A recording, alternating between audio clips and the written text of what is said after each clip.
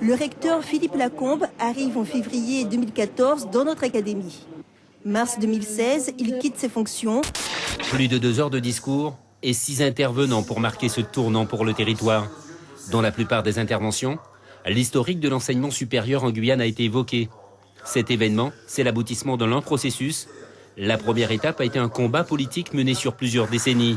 Il a fallu effectivement plus de 30 ans de combat, je dirais, pour que nous puissions arriver à ce résultat.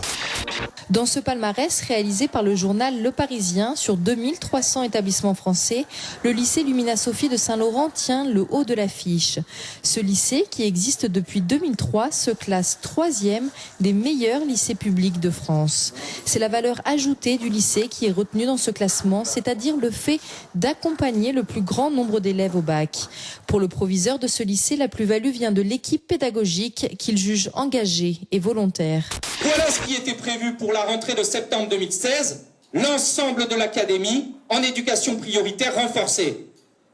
Document du rectorat. Le ton de la manifestation devant le rectorat est donné. Le revirement sur les engagements écrits des représentants du ministère de l'Éducation nationale ne passe pas.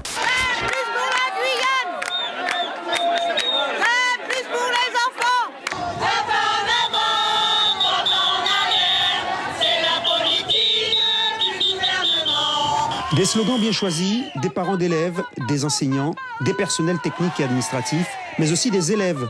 Le cortège avait fière allure cet après-midi dans les rues de Kourou.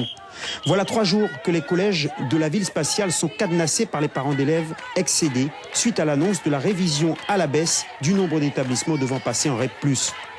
On n'est pas content de ce qui se passe parce que les élèves de Kourou aussi ont besoin des moyens promis en 2014. Donc c'est pour ça qu'on manifeste. Traditionnellement, le recteur de l'académie se déplace dans un lycée pour donner le coup d'envoi des épreuves du baccalauréat. Ici, celui de Gontran-Damas à Remire-Montjoly. Comme de coutume, la philosophie est la matière qui inaugure le début des examens. Quelle est la matière que vous préférez? Maths. Maths. Ah ben c'est pareil que la philo ça. Ces parents d'enfants présentant des déficiences et des polyhandicaps se sont regroupés en association. Ensemble, ils réclament des structures adaptées dans l'ouest de la Guyane. On veut que l'État nous aide, qu'il aide l'association, que les enfants de Saint-Laurent puissent avoir une structure. Mention bien pour la cuvée du baccalauréat 2016. 64% des 1800 candidats l'ont eu au premier tour. La bonne opération, c'est le bac général qui la réalise. Avec 68% de réussite, il gagne 1,7 points par rapport au premier tour de 2015. Le baccalauréat technologique, en revanche, fait moins bien. Il perd 1,8 et affiche un taux de réussite de 57% contre 59 l'an dernier. 608 bacheliers ont obtenu une mention, dont 66 la mention très bien. À bord de cette pirogue de transport scolaire, cela sent la fin de l'année. Les élèves sont moins nombreux.